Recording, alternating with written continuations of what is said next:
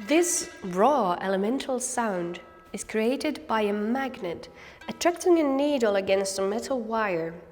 And the metal wire is attached to a speaker located at the back of the panel, enhancing the sound. What we're looking at is an electromagnetic musical installation of Greece's most important artist of the 20th century, Takis. Born in 1925 as Panagiotis Vazalakis, he starts off as a self-taught sculptor. He's inspired by classical art and contemporary examples such as the work of Giacometti.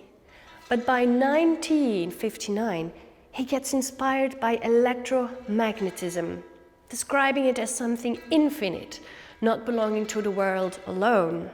Takis created several of these electromagnetic musical instruments, of which the first ones were made during the 1960s.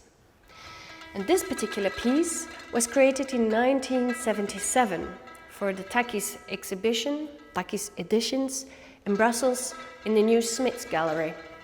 It is no surprise that during the 2019 large exhibition in London, which he co-created but sadly passed away short before its opening, the Tate describes him as a sculptor of magnetism, sound and light.